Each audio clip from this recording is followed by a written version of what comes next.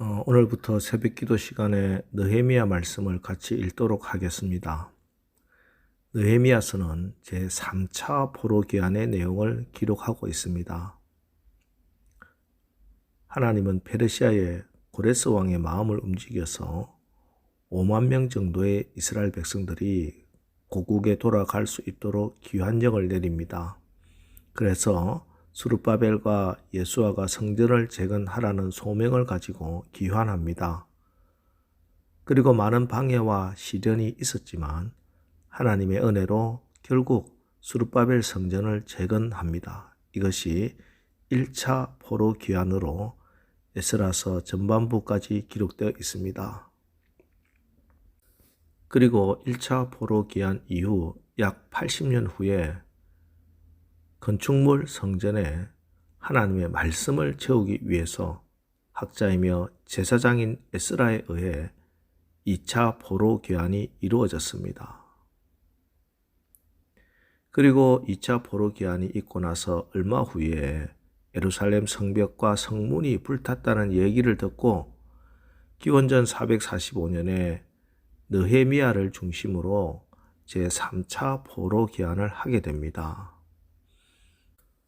그래서 이 느헤미야서는 제3차 포로 기환 과정은 어떠했는지, 또 예루살렘 성벽과 성문을 어떻게 재건하게 되었는지를 기록하고 있습니다.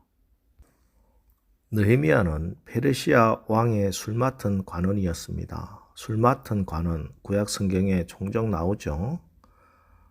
구약에서 술 맡은 관원은 왕의 모든 음식을 주관하고 왕의 신병과 관련된 많은 일을 책임지는 요즘으로 치면은 대통령 비서실장 정도 되는 아주 최고위직입니다. 느헤미야가 이민 3세로서 그런 자리에까지 올라간 것입니다. 다시 말하면은 실력도 있었고 인격적으로 믿을 만한 사람이었고 왕의 마음에 드는 매력 있는 사람이었다 하는 것입니다. 그런데 어느 날 고국 예루살렘에서 온 몇몇 사람들에게서 고국의 비참한 현실에 대해서 듣게 됩니다. 예루살렘 성은 허물어지고 성문들은 불에 타버렸으며 예루살렘에 살고 있는 사람들이 큰 환난을 당하고 있다 하는 충격적인 소식을 듣게 된 것입니다. 이 소식을 들은 느헤미야의 반응이 4절입니다. 내가 이 말을 듣고 앉아서 울고 수일 동안 슬퍼하며 하늘의 하나님 앞에 금식하며 기도하여, 통곡하고 금식하며 기도한 것입니다. 그렇습니다. 느헤미야는 지금 조국의 현실을 보고 거룩한 부담감을 느낀 거죠. 그리고 그 부담감이 그의 사명, 비전이 됩니다. 여러분, 우리는 이 세상 꼴을 보고 거룩한 부담감을 느껴야 합니다. 하나님이 이를 위해서 나를 보내셨다. 이 땅을 이런 꼴로 내버려 두어서는 안 된다 하는 거룩한 부담감이 이 땅에 하나님 나라가 임해야 할 소명과 비전으로 바뀔 때 부담감이 사명의식으로 자각되는 순간 그 사람은 평범한 사람에서 비범한 사람으로, 세속적인 사람에서 영적인 사람으로 변화되는 것입니다. 이렇게 사명의식을 가진 사람은 기도합니다. 이민 3세였던 느헤미야는 페르시아의 최고위 관료입니다. 돈과 권력 다 가지고 있어요. 자기가 할 수 있는 여러 가지 수단들이 있었습니다. 자기의 힘과 권력을 동원해서 인간적인 방법으로 이 문제 해결할 수 있었습니다. 그러나 느헤미야는 이때 기도했습니다. 느헤미야는 문제가 생기면 사람에게 찾아가지 않고 세상적인 수단 방법 동원하지 않고 울면서 금식하면서 하나님께 간절히 기도합니다. 기도의 응답이 올 때까지 행동하지 않습니다. 그렇습니다. 느헤미야는 모든 문제 앞에 기도를 앞세웁니다. 기도보다 먼저 하는 일은 없었습니다. 그런데 우리는 어려운 문제가 생기면 당장 나를 도와줄 사람 찾습니다. 인간적인 방법 다 써보고도 안 되면 마지막으로 기도합니다. 거꾸로 하고 있는 거예요. 급할수록 먼저 기도하십시오. 오늘 보세요. 느헤미야는 조급할수록 하나님의 응답을 기다리며 기도했습니다. 쉽지 않은 일이죠. 당장 나를 구해줄 사람을 찾아가야 문제가 해결될 것 같은 현실이 눈앞에 있기 때문입니다. 그러나 기도하는 이것이 모든 문제를 가장 확실하게 또 빠르게 푸는 최선의 방법입니다. 특별히 오늘 이 느헤미야의 기도를 보면은 몇 가지 특징이 있습니다. 먼저 느헤미야가 기도할 때 하나님의 능력과 위대하심과 하나님의 성품을 찬양하고 선포한다는 것입니다. 5절입니다. 하늘의 하나님 여호와 크고 두려우신 하나님이여 주를 사랑하고 주의 계명을 지키는 자에게 언약을 지키시며 긍휼을 베푸시는 주여 간구하나이다. 제가 기도에 대해서 말씀을 드릴 때마다 강조하는 게 있죠. 기도에서 가장 중요한 것은 우리의 기도 제목이나 기도할 수밖에 없는 상황이나 나의 태도보다 더 중요한 것이 바로 우리의 기도를 들으시는 하나님이 어떤 분인가 하는 것이다. 누누이 강조했습니다. 우리의 기도가 응답받는 가장 근본적인 이유와 근거는 우리 기도를 들으시는 그분이 바로 우리 하나님이시기 때문입니다. 하나님의 인격, 하나님의 약속이 우리의 기도가 응답받는 가장 중요한 이유입니다. 그래서 우리는 기도할 때마다 무엇보다 우리의 기도를 들으시는 하나님을 기억하고 하나님을 찬양하고 하나님을 신뢰하고 하나님께 기도해야 합니다. 우리 하나님 크고 위대하신 하나님이십니다. 하나님은 스스로 위대하다고 생각했던 페르시아 제국의 아닥사스다 왕보다 훨씬 더 위대하십니다.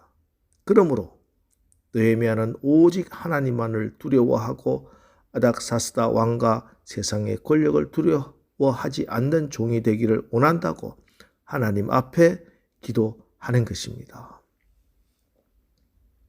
특별히 오늘 새벽 말씀을 준비하는 제 마음에 하나님이 주시는 말씀은 11절 말씀입니다.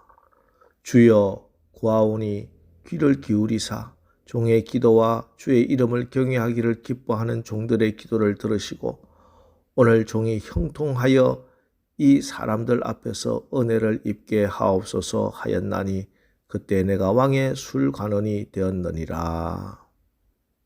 이 사람 앞에서 은혜를 입게 하옵소서. 여기 이 사람은 아닥사스다 왕을 가리키는 말입니다. 느헤미야가 하고자 하는 일을 왕 앞에서 행할 때 왕이 진노하지 않고 자기가 정하는 대로 왕이 허락하도록 하나님께서 아닥사스다 왕의 마음을 움직여 달라 하는 그런 기도예요. 중국 내륙 성교의 아버지 허드슨 테일러가 건강을 잃고 영국으로 돌아왔을 때 다리가 마비되어 보조 의자를 의지하는 신세가 되었습니다. 그런 와중에도 그는 중국 지도를 침대에 걸어두고 중국 선교를 위한 18명의 선교사를 보내달라고 기도합니다. 그리고 마침내 하나님께서는 허드슨 테일러의 기도에 18명의 선교사를 보내셨고 훗날 그의 기도로 100명이 넘는 선교사가 중국 선교사로 자원하게 됩니다. 그때를 회상하며 허드슨 테일러는 이렇게 고백합니다. 하나님의 사역에서 가장 큰 방해거리가 사라졌다. 그것은 바로 나의 열심히 하나님을 대신하려 했던 것이다. 내가 건강해서 18명의 선교사를 구하려고 열심히 뛰어다녔으면 내 힘으로 이들을 보냈다고 생각했을 것이다. 그러나 그와는 반대로 하나님의 역사하심으로 병상에서 꼼짝 못하면서 기도로 다른 사람의 중보 기도로 응답을 받은 것이다. 하나님은 벼랑 끝에서도 도우신다. 예, 사람의 마음 움직이는 거 하나님이 하십니다. 여러분 기도할 때 항상 사람의 마음을 움직여 달라고 기도해야 됩니다. 내가 사람 마음 움직이지 못합니다. 기도해서 하나님이 움직이게 해야 합니다. 여러분, 하나님은 오늘 이 새벽에도 우리가 지금 우리의 문제를 거룩한 부담감을 소명으로 받아 기도하면은 하나님이 일하십니다. 새로운 역사가 일어나게 될 것입니다. 사람의 마음도 바꿔주시고 필요한 동력자도 보내주실 것입니다. 필요한 물질도 보내주실 것입니다. 우리가 기도할 때 우리의 가정이 우리 교회와 사회가 바뀌고 이 민족의 역사가 바뀌는 놀라운 일들이 일어나게 될 것입니다. 여러분, 기도가 해답입니다. 기도하겠습니다. 하나님, 오늘부터 새벽에 느헤미야 말씀을 읽습니다. 또 새로운 은혜가 우리에게 임할 것을 기대합니다. 하나님, 사람이 마음으로 자기 길을 계획할지라도 그 걸음을 인도하시는 이는 여호와이심을 믿습니다. 주여, 오늘 이 새벽에도 우리가 지금 우리의 문제를 거룩한 부담감으로 소명으로 받아 기도하면은 하나님이 일하시고 하나님의 역사가 일어나게 될 것을 믿습니다. 오늘 우리가 기도할 때 특별히 성령께서 사람들의 마음도 바꿔주시고 필요한 동력자도 필요한 물질도 보내주옵소서. 그러하여 오직 하나님께 영광을 돌리는 오늘 하루 되게 축복하여 주시옵소서. 예수님의 이름으로 기도합니다. 아멘. 자, 이제 주여, 우리가 항상 하나님 안에서 소망을 가지고 기도를 앞세우게 하옵소서. 오늘 사람의 마음을 움직이시는 하나님의 역사를 체험하게 하옵소서. 오늘 말씀 붙들고 우리 합심해서 기도하겠습니다.